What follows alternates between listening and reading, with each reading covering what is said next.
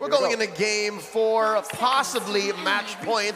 In the studio, we are throwing it over to our Bahasa counterparts. But for all of you all around the world, welcome to the land of Dawn. This is match point. Blacks International sitting at 2-1 against RRQ Hoshi.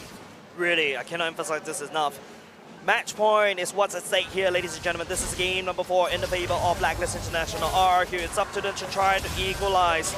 Results has not been well for the side of RRQ, but BLACKLIST International, this is still, technically speaking, a upper brackets. I've seen this again and again, but the Aegis has been used very early by BLACKLIST every single time. Yeah. And look at this roam coming in from Haji. Oh, that's a lot of damage. The Petrify will be able to walk on the way. It's now Edward time to fly away, but Clay is there. He's just trying to do it in chaos, but the stun coming out from Clay. What is going on for the side of BLACKLIST? An eye for an eye. Edward missed it, and that's just how the world goes. Everyone blind when violence rules.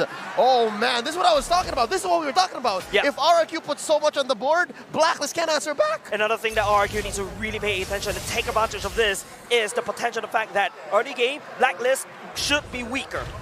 Of course, they have a lot of late game heroes right here. Too many. And in the mid lane at least, the Pharsa can be a big problem, but everyone else needs time to scale, especially OHAB and Wise, the two main carries. So that is the window that RRQ can take advantage of, and they are no stranger to this position. They know how to take advantage of their opponent's weaknesses. Yeah, something interesting as well, if you notice how Wise is actually taking the stacks, but hold on, Skylar is actually getting caught by this Estes circle as well. Vin doesn't really have the ultimate, so has a doubt out of that. They touch and they go. Skylar takes some damage. Lord spawning in a few seconds. You can see how Wise is hovering around his purple. And you mentioned those stacks. Yeah, this is just BLACKLIST's effort to stop this rampage of RRQ in the early game. I mean, now with the turtle spawning, actually, not the Lord, Leo, a bit too eager here, but Skylar here gets jumped on. Someone balls going in. Haji will be in and out the left by the airstrike. At the same time, he's going to be in. Doesn't really have the divine judgment. He's actually going to get denied. Not a very good fight coming up from RRQ, losing their marksman, but here we come. Oh, Vin, okay, gets marked, but BLACKLIST will not pull that trigger. Oof, that's unfortunate, man.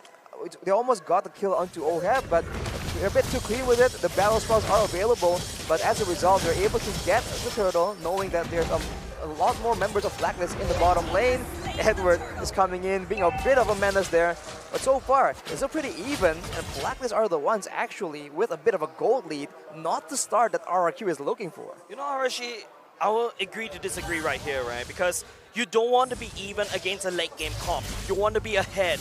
Right now, RRQ is just barely scratching the surface in terms of the gold lead of BLACKLIST. But let's take a look at the items, Leo.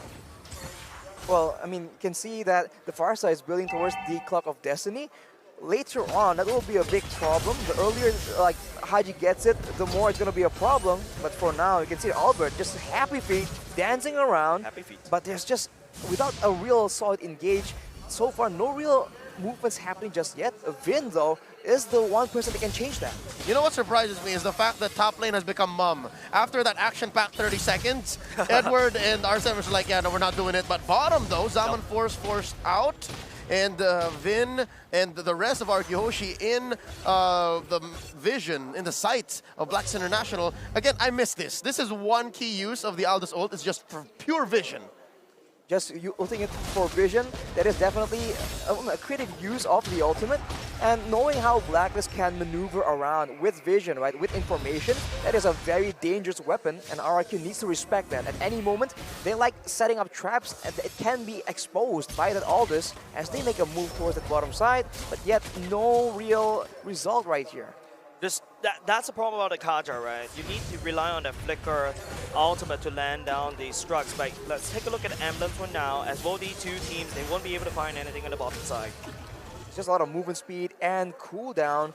I mean, it's just how it is, right? Utility becomes so important for both these teams right now because both of them are not making simple mistakes. They need to be forced into those errors. Otherwise, it's going to be a very slow and calculative game. So with that being said, I think that RRQ has a few more tools to work out with.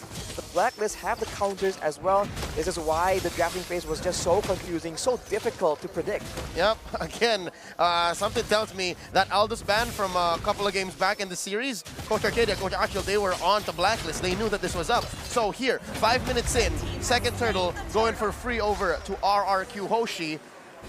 Blacklist knows their timing still. They know that this is not the time to fight. I respect that, right? If you notice, even the crowd, they identify that there's no point for Blacklist to try to contest the turtle. RRQ, I think the main goal right now is to try to take down as much structures as possible, especially the top-bottom side. You don't want to allow Wise to just walk around gaining resources.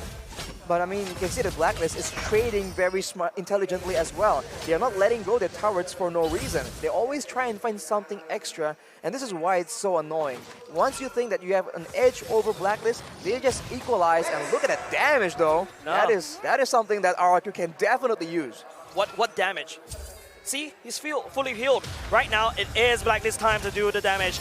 This is kind of crazy, but here comes a dub. It is going to be, oh my goodness, actually taken down. R7 will be trying to look for the pickup right here on the back line, but I don't think Blacklist is ready for the fight right now. Edward is actually trying to buy some time. Elba picks up another kill. R7 will also do that now soon. 3 member going down. This is not a fight that Blacklist International want to do. We just had to call it, right?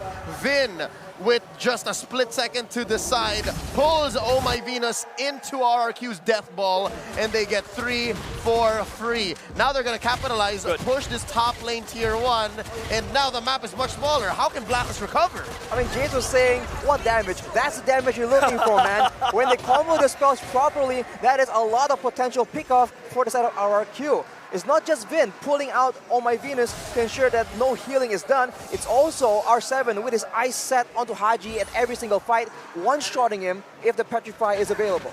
It's not so easy for Blacklist. Again, yes, they have the vision. Yes, they have the box, the space. But when you're fighting a lineup like RRQ has, again, that's a mid-Lunox.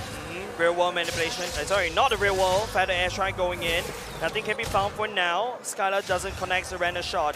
I think right here, Blacklist International is just desperately buying for time. This gold lead still okay for RRQ, but I think they need to do more. They need to crack open mid lane. They're still leading right now, but they're also working against the clock. The late game is dangerous, but the early game. And we're getting surprised, but he'll be able to get out alive right into the healing hands of Oh My Venus. That is the question I ask you, Arashi. What damage? Well, fortunately, Edward was able to survive in the situation, and now Blacklist are the ones actually trying to make a play, but they're sandwiched between RRQ. That might not be the best result. And not only just that, it's going to be Skylar getting tagged by the Aldous as well. Haji going in, the Zaman Force already commented at the same time. Lunox is forced to use the Brilliance, but now R7 is looking for the engage. Elba trying to look for the back line. It's going to be the Zaman Force, but Elba will be taking down the Queen for now. This is not a fight once again. Blacklist is not ready, and they will lose 2 members. This is a battle of combat mobility, right? There's map mobility, there's combat mobility. You saw how Wise had to walk through the walls. You saw that he was like, oh, Albert, that's not fair. You're on top of the walls. He just couldn't join the fight. And that's just one weakness that Blacklist has built in. And now, RRQ's going to choke off those resources. Personal. Yeah, this is tough. This is revenge from game 3. RRQ is saying that this is personal.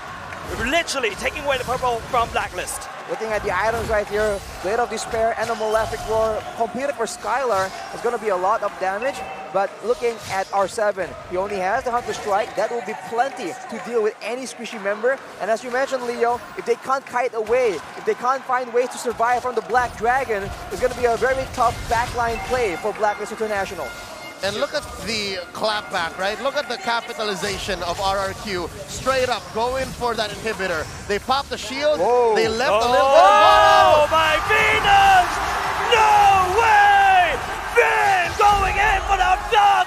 Normal healing for the side of Blacklist, but it is going to be RRQ losing R7 for just that. Wow, that was a great play, but R7 goes in very, very aggressively, and unfortunately he gets taken out. It might not be the best scenario that RRQ is looking for, but nonetheless, they're taking away all the turrets available for Blacklist, trying to make sure that they have all the macro advantages they need to deal with an Aldous in the late game. You know what's curious is in that engagement, Oh My Venus didn't use the ult, Oh My Venus didn't use the Aegis, so something tells me it was all according to plan. Exactly. Blacklist, oh my goodness, has died probably 2 times already without activating the ult, without activating the Aegis. This is not a very good game. Blacklist is still not on form yet. Right now, RRQ, they have the tempo and they're trying to push as much as possible. This is, once again, a little bit too personal against Blacklist.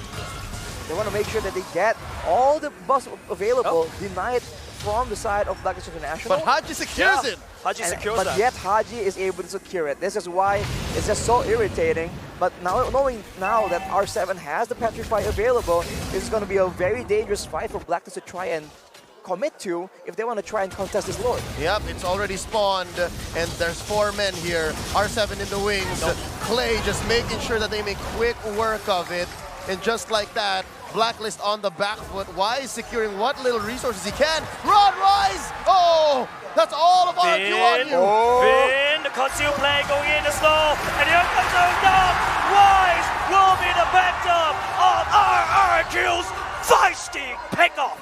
That is the potential, man. When you have the map control, you can ensure that even though Wise is near his turret, it does not even matter. Everyone else needs to deal with the other lanes, and that is how you can break up this team fight-centric composition from Blacklist International. That Take damage. a look at the items right here. Clock of Destiny and Lightning Truncheon done for both the Lunox and the Farsa, but on the other hand, Demon Hunter Sword built by Skylar to ensure that in those long, prolonged team fights, the DPS will still be readily available. Worst case scenario, Blacklist International loses inhibitor or 2.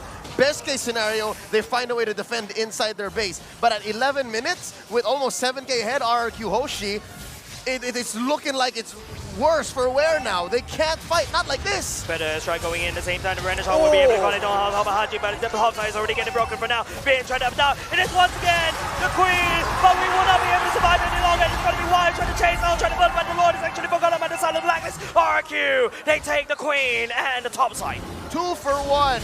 And throughout all this, they take down Skylar, and Oheb is sitting at 0, 0, and 4. Albert choking away at Wise's resources. Arashi, at what point can we say that Blacklist can clap back and Blacklist find the way in? Because so far, RRQ, I think they're willing to make these trades for permanent objectives. I mean, RRQ, they have lost like 5k gold lead, but no, Haji's getting jumped on. Oh no, that is big problem for the side of Blacklist. He's going to be all desperately trying to shut down the dreams of RRQ, but he will lose his life as well. It's just 3. It's a scrappy fight. This is a reckless trading being done by RRQ, and it's not good. Whenever teams start trading kills back and forth, the team with the late game composition usually comes out on top. With a Harith, with an Aldous in their squad, it's going to be a bit dangerous for RRQ to keep doing this. They have to play calculated and ensure that Blacklist gets locked into their own base, because otherwise it's going to be very difficult. Man, look at this. Wise is just like getting free stacks.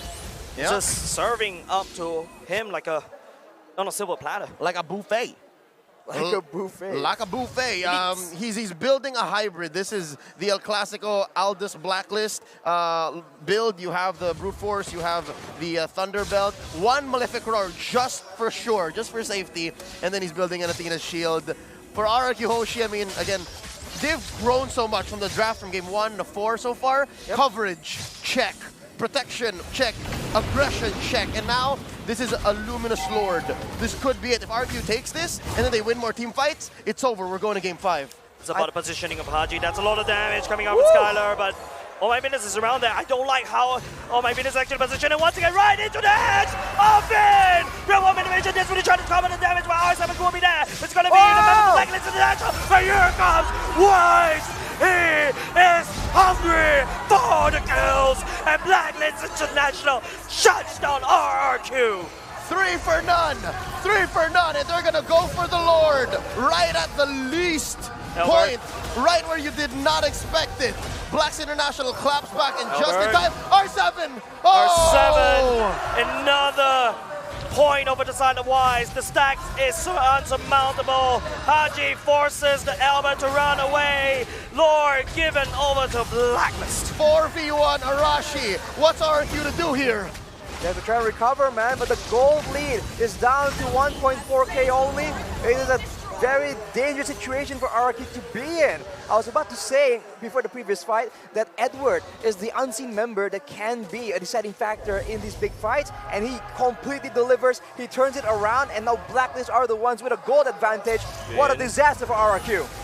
Once again, it's so weird to be fighting on this side of the map. Haji activated for the airstrike at the same time. Finn wouldn't be able to catch up for anyone for now. And it's going to be RRQ zoning Blacklist zoning RRQ away. For the better part of 15 minutes, I get you, Jays. The fact that we haven't seen Blacklist cross the river in so long, that's just the result of the hard work of the mission accomplished by Agent Zero. You're right, Edward has been doing so much to draw lines across the map to make sure the Blacklist can make moves and can clap back the way they have now. And just like that, the gold lead swings over it. Is that, Albert failed! Albert take it! missed the purple and will get ultimate right now. It's Pandemonium over the side of RRQ as well. And this is a big problem. Blacklist International has a bit of gold lead. Off the bat, Blacklist International now has the lead. They have equalized in the gold division. They have a lead in range, and they also have a lot more sustain and an infinite scaling hero. On paper, this is a done deal, but RRQ, they are known to do something so crazy, it might just work. That is what we're looking for right here.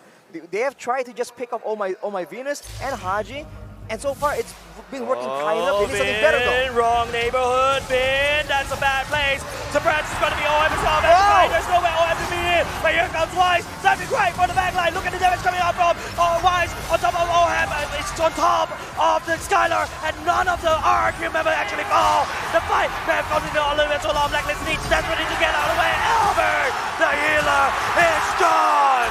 RRQ, they reign supreme. They're looking to end the game. This is personal. The last two members of Blacklist International on the map, Edward and Wise. No way. RRQ are on a manhunt, and No they take way. down Wise. It's over. It's over. 5v1. Edward, he's fighting for dear life. Can he do it? Oh, I don't think so, Leo. RRQ will be equalizing the series.